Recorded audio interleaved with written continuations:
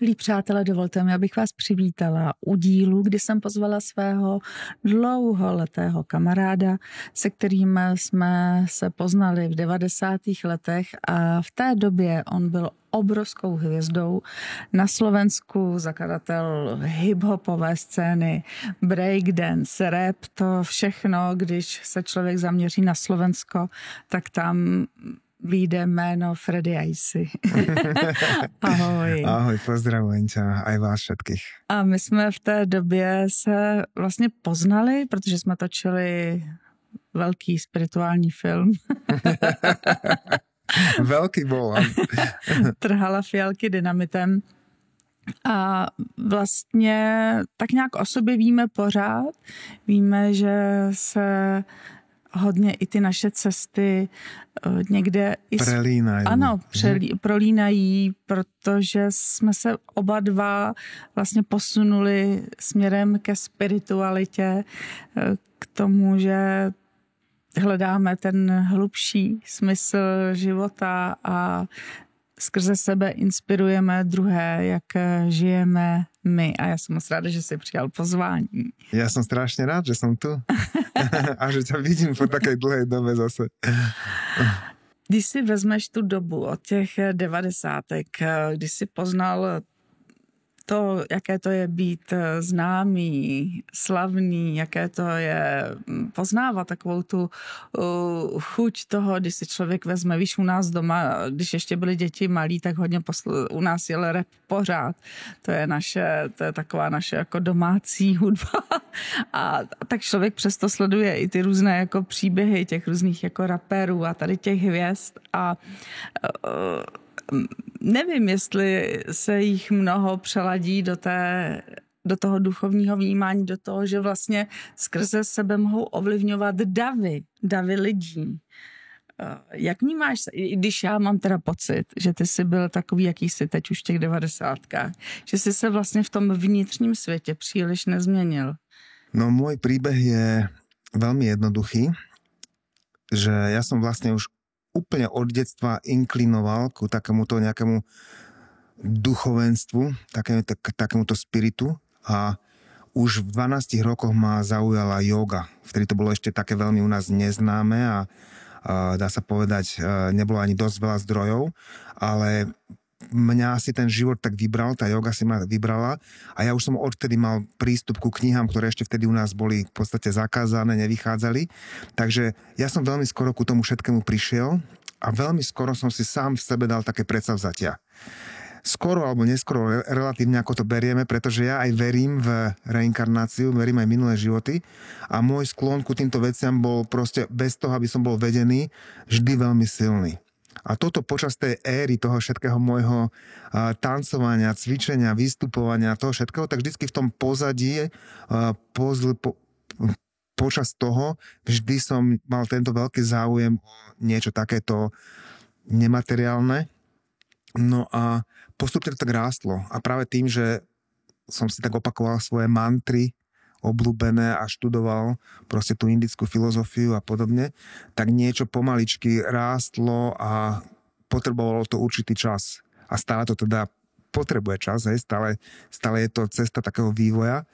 No a počas toho všetkého, čo som prežíval, zažíval, čo sa mi teraz zdá ako možno nejaký sen alebo nejaký iný život, tak to prišlo do takého jednoho bodu a práve vtedy, keď som práve dosahoval takú tú najväčšiu slávu v tomto hmotnom svete, v rámci tých našich možností, vtedy to Československo, potom to Slovensko, tak sa mi podarilo vytvoriť taký vyslovene, že vlastný program, takú veľkú televíznu show, Miliónový tanec.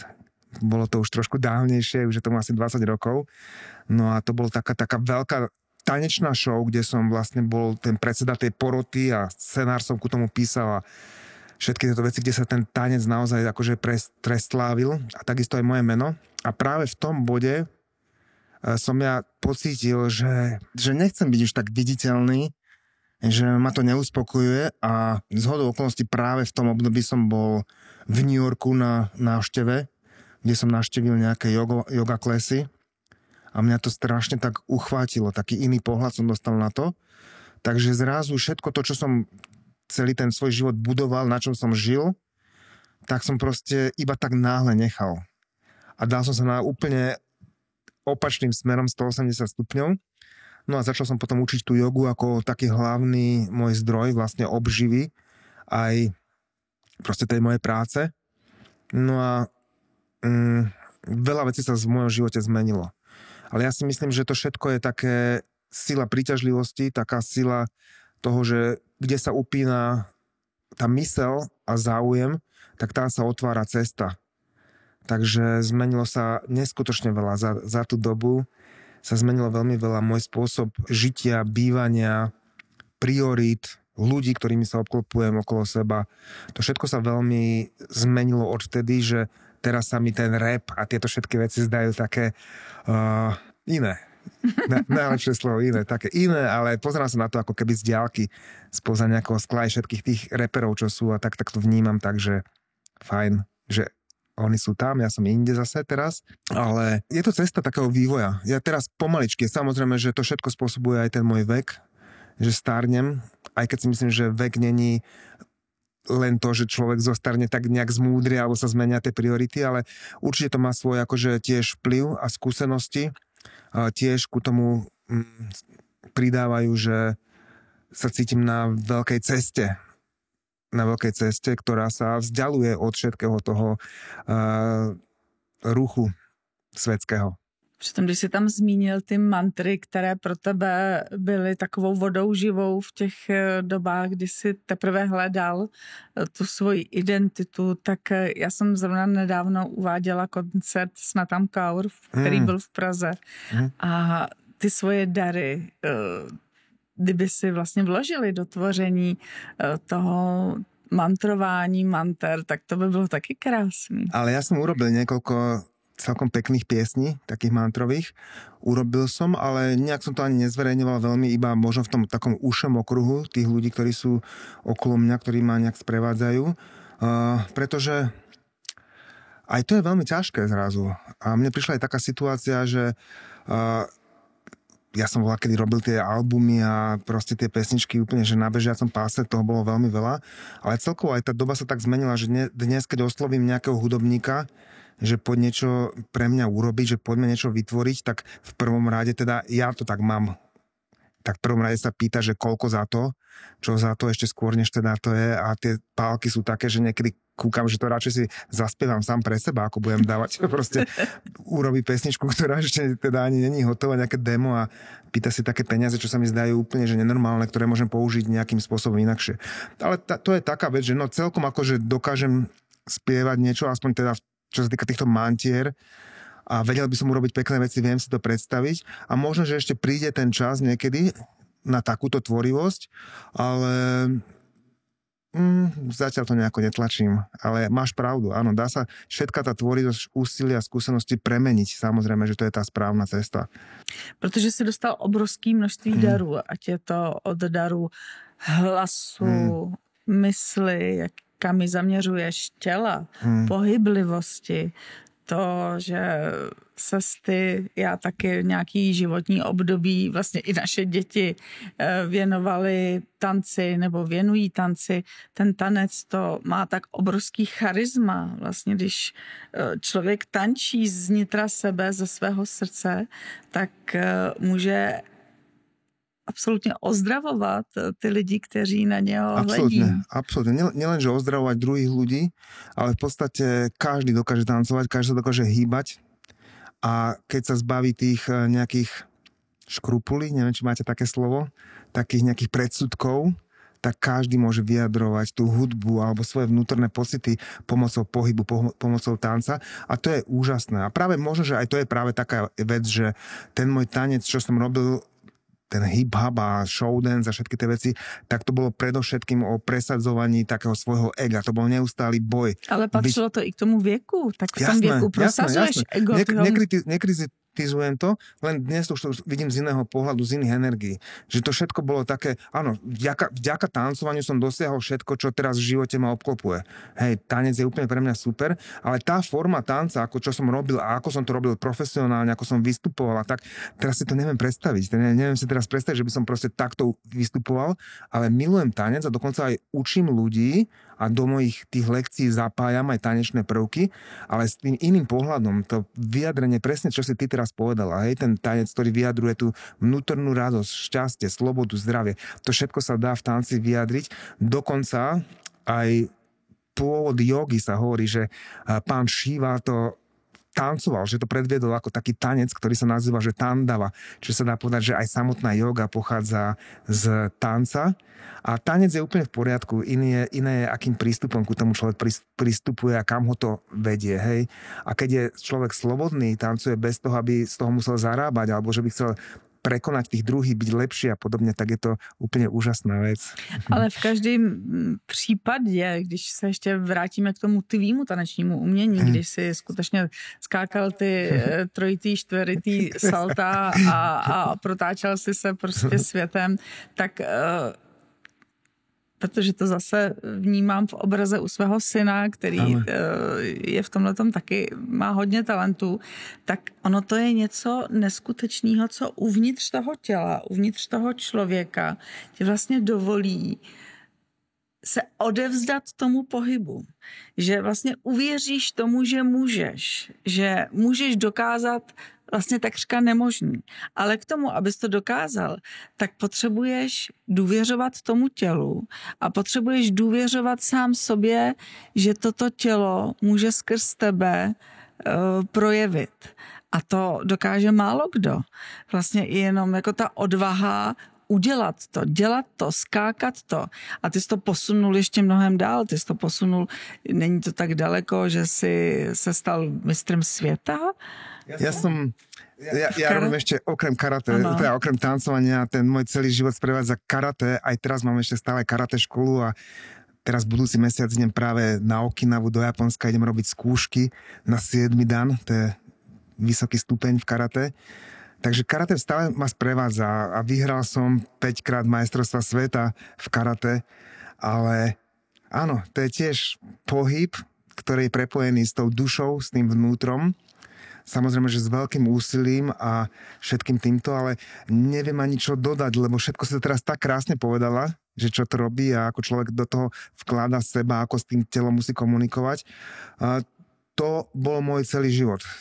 To bol môj celý život a samozrejme s tým telom ešte stále aj teda pracujem a aj zarábam vďaka pohyblivosti v podstate, ale tá priorita moja je taká, že není to na tom prvom mieste. V celom tom mojom živote, napriek tomu, že ten svet je tak veľmi rýchly okolo a stále sa dejú nejaké veci a zmeny, tak môj život vnútorný spomalil a vidím väčší pokoj v takej nemennosti, v takom pokoji viacej a v obdivovaní takých jemných detailov. Také, že dokážem si sadnúť a pozerať sa na úplne ten krásny výsek prírody, ktorý práve mám pred očami a to považujem za tú najúžasnejšiu vec. Proste iba stebla trávy, kus kmeňu stromov, nejaké kvety, oblaky, proste to, čo je okolo mňa a v tú chvíľu sa učím prežívať, že aby som ju miloval, aby som proste toto cítil ako takú náruč Boha a byť prítomný v tej chvíli a uvedomovať si, že práve teraz toto je moje šťastie. O to sa snažím a to sa mi začína spontánne aj diať, že sa neženiem, že nepotrebujem tak veľmi robiť veci na to, aby v budúcnosti som si niečo užíval, ale dokážem si sadnúť a to sa aj teda aj učím, sadnúť si a byť v tejto chvíli tu spokojný, ďakovať za to, čo sa mi dostáva a uvedomovať si to proste ako veľký dar toho vedomia. Ty si teď z té mé pozornosti zvenčí vstoupil do té niterné pozornosti dovnitř, kterou nacházíme, zpočátku hledáme v meditační praxi, kdy tu mysl svoji, ten bláznivý kolotoč, se snažíme na chvilku stáhnout a sklidnit. Mně se to teď neuvěřitelně dařilo, protože mě 3 týdny bolel zub. A já jsem si řekla, zkusím to. Jestli je možný jej uzdravit, tak já půjdu s tou bolestí, jako budu s ní plout.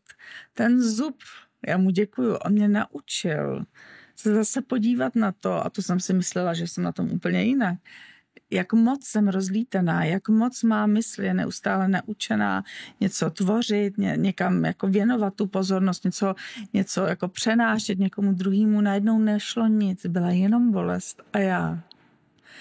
A bylo ticho a byl klid. A když na chvilku bolest přestala rezonovat, tak jsem mohla vydechnout. A to ti najednou z toho velkého světa do toho úplně nejjemnějšího, nejvděčnějšího světa člověk vstoupil a říkal si, tak tohle to je ta nejvzácnější meditační praxe, kterou mě poskytl můj zub. No v podstate ono to aj je vstupná brána do také nejakej meditácie, do toho vnútorného svojho vesmíru, kráľovstva, tým, že v joge sa to volá, že pratyahára, že odtiahneme svoje zmysly z vonkajšieho prostredia do seba, dovnútra. U teba to teraz tento príklad bol v rámci bolesti jedného zuba, ktorý ťa pritiahol. Tá bolesť dávala to pritiahnutie, ale samozrejme, že dokážeme robiť aj tým, že sa stiahneme do seba a sústredíme sa iba na svoje dýchanie. Že chvíľočku opustíme všetky tie vonkajšie vnemy a sledujeme svoje dýchanie. Že sledujeme tlkot svojho srdca. Že sledujeme teraz chvenie vo svojich prstoch alebo vnútorné pocity, aké máme. Do toho vnútra. To je presne tá cesta, ktorá je tá vstupná brána do toho všetkého. Pre teba to bolo to, že ten zub ti dával, že tu dávaj pozornosť. Hej? Tak prestala si rozmýšľať, prestala si riešiť a sústredila si sa na to. Je to možno, že trošku bolestivé, ale je to práve tá forma pratyahára. A dhárana, ďalšie také slovo, upriamenie sa na jeden bod. Tak ty si bola na svoj zúbok upriamená. No, často to mají v buddhistické vědomé všímavosti, je to na špičce nosu, tak já jsem byla tady kousek vedle. Mně se nesmírně líbilo, jak jsi zmínil, že yoga byla v počátku Šivou vytančena. Miluju jogu, jsem v ní takřka dennodenně. Ale jsou různé druhy jogy a musím říct, že vlastně mě vždycky přitahovala právě ta pozornost jí roztančit, jí nadechnout, jí dát tu ladnost. Protože často se děje, že to je vlastně v takovém jako hodně jako až... statickom.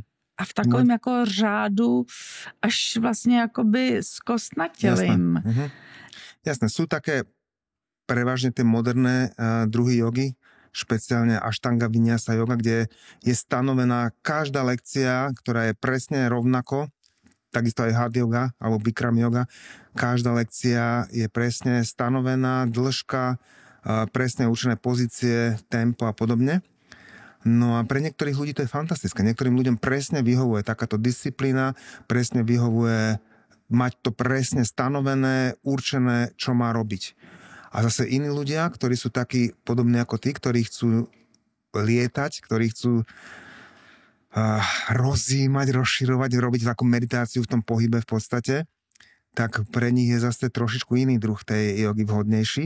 A na tej joge je možno krásne to, že naozaj sa tam môžu nájsť aj starší, aj mladší, aj rôzne ľudia, akékoľvek povahy. Že joga je nesmierne rozsiahla, nesmierne hlboká ako oceán a človek si môže vybrať. Samotný ten príbeh vzniku jogy, to je ich viacej. Jeden takýto mýt o joge je práve to, že ten pán Šiva, keď bol prítomne obklopený svojimi žiakmi, tak sedel v meditačnej pozícii a vyskočil a začal tancovať tento tanec. Tancoval ako šialený a chvíľočku mal 4 ruky v tom tanci a niekedy mal 2 ruky. A že legenda hovorí, že predvedol 8 400 000 rôznych pozícií prostredníctvom toho tanca, čo je úžasné, čo nemôže ani ľudské telo urobiť. No a potom zase usadol do tej meditácie a jeho žiaci boli uchvátení z toho, tí jeho nasledovatelia, a chceli, aby ich to učil. A on to odmietal, že ľudská bytosť ani není schopná to pochopiť, že čo on robí a nie ešte sa to naučiť. Takto prosili, on odmietal, až nakoniec zostali iba 7 žiaci, ktorí urobili obrovskú askézu, aby ukázali tomu Šivovi, aký majú záujem. A tak robili 60 rokov obrovské odriekanie, až sa nakoniec Šiva zľutoval a stal sa prvým učiteľom Adiguru a v jednu noc mesačného splnu Guru Purnima sa to nazýva, v tom dni sa oslavuje aj v Indii každoročne ako sviatok učiteľov, tak práve vtedy ich začal učiť týchto svojich žiakov a podľa ich povahy, podľa ich sklonov a schopností vlastne ako keby rozdelil tie štýly jogy do 7 rôznych takých druhov a potom, keď ich vyškolil tým, že do nich vložil to svoje poznanie alebo to svoje učenie, tak ich potom poslal do rôznych častí sveta. Jedného si nehal pri sebe, ostatných poslal do sveta a títo sa nazývajú, že Saptariši. To znamená 7 mudrcov, ktorí sú takí legendárni, mystickí najväčší učenci Indie, ktorí sprevádzali ten vývoj Indie počas celej tej éry.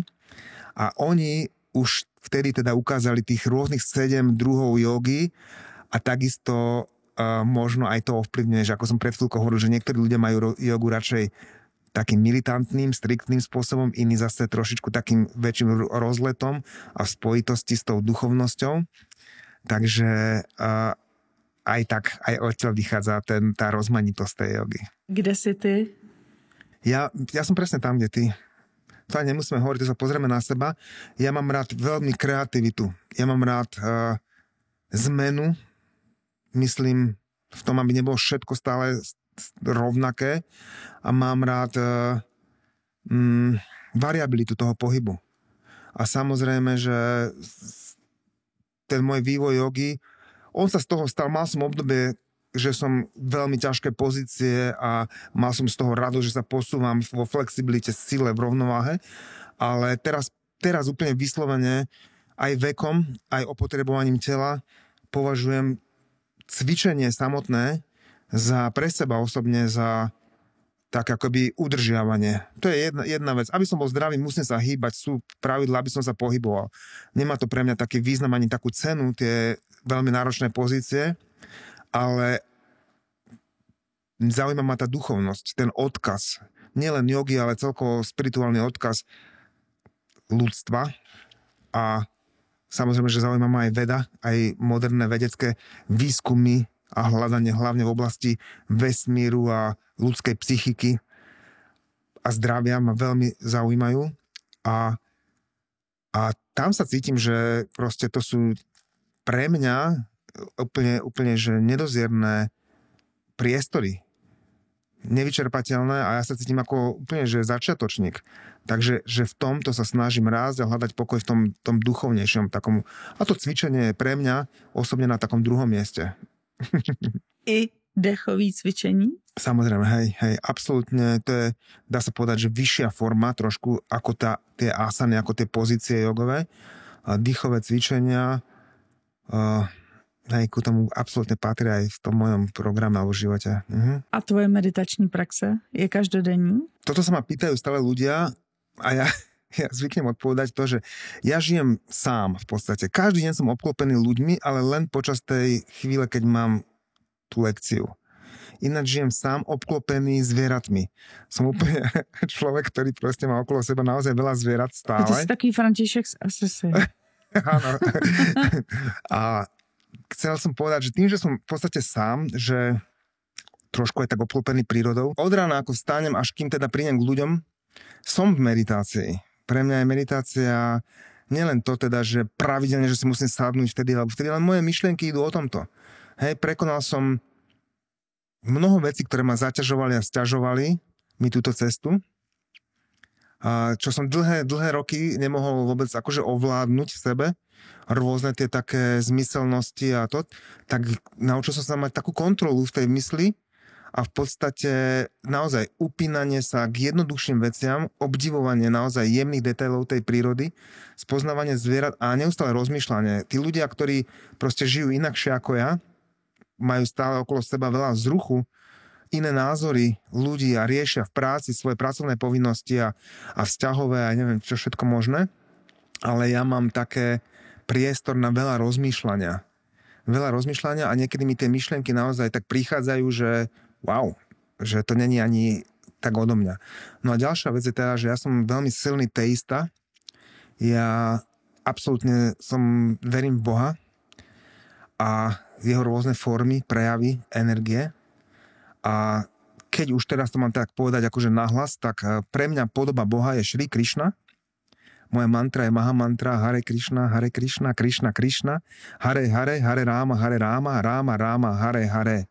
Ale stále nie som tak zameraný jedným smerom ku Bohu, pretože takú istú silu pre mňa má aj Oče náš, ktorý sú na nebesiach, alebo Zdráva z Mária, alebo Om Namah Shivaya, alebo ďalšie mantry, z ktorých tá, čo som povedal, tú prvú, tá Maha mantra je na prvom mieste, moja osobná, ale ja sa modlím skoro stále, ja komunikujem s Bohom a ďakujem hlavne a snažím sa potlačať v sebe hnev, závisť, snažím sa pochopiť veci. Takže áno, meditujem tak stále, bez toho, aby som si musel dávať nejaký taký program, že od teraz do teraz to mám trošku inakšie, tak žijem, som si tak vytvoril taký život. Ale když takhle život žiješ v poklidu, tak samozřejmě přijdou i okamžiky, které tě z tohoto klidu vyvedou ven, tak jako se stalo teď v současné chvíli, v tom, co se děje u vás na Slovensku a najednou tá praxe sa podľa mňa ako projeví. Fantastické. Čo teraz hovoríš presne, ak ti môžem skočiť do reči? Ja stále mám tú myšlienku takú, že mám okolo seba takú nejakú hradbu, taký múr, ktorý rozbíja tie neustále vlny, ktoré prichádzajú zvonku.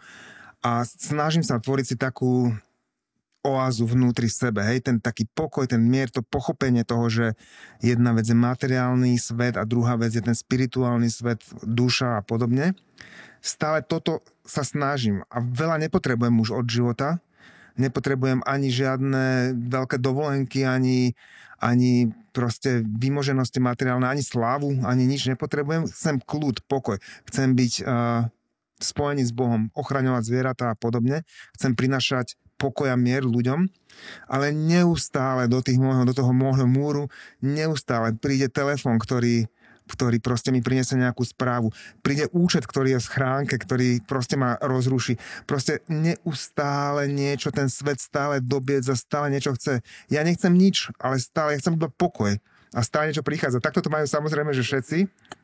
No a práve teraz, čo si spomenula, tak práve neviem, jak to mám nazvať, tie sily toho materiálneho sveta presne teraz si našli krásnu medzeru v tých mojich hradbách. A na Slovensku sa teraz dialo to, že sa vo veľkom zabíjali zvieratá, dokonca zdravé zvieratá. A nebudem to teraz tu rozoberať, lebo má to vysvetlenie, ako sa to dá liečiť, ako sa dá aj predchádzať tomu a podobne. Ale veľké opatrenia sa robí, ktoré nechcem posudzovať, ale oni sa týkali zrazu aj tých mojich zvierat, o ktoré sa starám, ktoré sú domáci mazlíčkovia v podstate. Mám mini ovečky a mini kozičky, somárika, prasiatka, nejakú hydinku a takéto drobné zvieratá, papagáje a tak. A zrazu prišlo také nariadenie, že za to, že je tá choroba, tá slintavka, tak že idú zabiť aj moje zvieratá. Tak to bolo presne do mňa a teraz tu som zostal tak, že Pane Bože, že toto není možné, že ako môžeš ma takto skúšať, že ako môžeš toto chcieť, ako mám teraz ja veriť v tú tvoju silu, že ako mám teraz toto pripustiť, že to není možné. A toto mi dalo teraz za posledné dni veľa práce spracovať, že ako Boh všemocný, silný môže dopustiť takúto nejakú vec, že sa to deje, či už osudovo, alebo z politických dôvodov, alebo z tých zdravotných, alebo ja neviem čo. Proste toto bolo pre mňa teraz veľmi ťažko, lebo to je presne šité na mňa, hej. Toto ja milujem zvieratá, ale nielen zvieratá, aj ľudí milujem samozrejme. A keď sú v ohrození deti, alebo starí ľudia, alebo proste kto je bezmocný, to je pre mňa tak, že to cítim. A viem, že aj ty. Bez debaty. Ja ti môžem potom povedať prečo, lebo to vidím v tvojich očiach.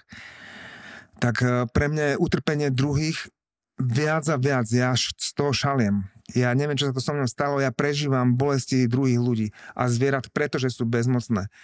No a tak presne toto ma zasiahlo teraz a otázka je obrovská, že teda keď nerobím zlé, keď som toľko vecí v sebe zlepšil, napravil a vyrovnal, že prečo toto a prečo v takomto svete musím žiť. No predsa len, aj keď sa to zdá, že nemožné, tak predsa len Boh zachránil teraz tie moje zvieratá, aspoň tie najbližšie. Stále ma veľmi ťaží to, čo sa deje zvieratám okolo a ďalším iným, ale predsa len prišla aj z hĺbky nejakého podvedomia odpoveď na to, že prečo sa to deje, prečo to ten Boh robí. Takže aj toto som nejakým spôsobom prekonala, aj keď nechcem stratiť tú bolesť, nechcem zabudnúť na to, čo sa udialo. Nechcem to teraz rozoberať, však písal som o tom dosť veľa reakcií som dostal aj na internete od ľudí. Na začiatku, keď sa človek rozhodne ísť tou cestou, keď začne klopať na tú bránu, tak naozaj, že je mu otvorené. A zo začiatku, tak ako to býva vo všetkom, ako keby ten svet a samotný teda Boh dal také trošičku ten pocit toho záujmu, tej blízkosti. Ale aby to nevyznělo, že jsi zase takový asketa, který žije jako svatý František jenom se zvířátky, ty jsi zároveň i tatínek a jsi zároveň už i dědeček. Áno, mám krásnu dceru, ktorá má práve dnes narodeniny a práve dnes v ten istý deň má narodeniny aj moja vnúčka. Já ti taky děkuju za všechny ty chvíle, které jsme tady spolu mohli prožít a jsem za ně moc vděčná, že jsi takovou inspirací. Děkujeme i vám divákům za důvěru a staňte se členy Klubu moderní spirituality a díky tomu můžete podporovat další rozhovory, které budou vznikat. Pod videem stačí kliknout a stanete se součástí Klubu moderní spirituality. Dejte si odběr, aby vám žádné video už neuniklo.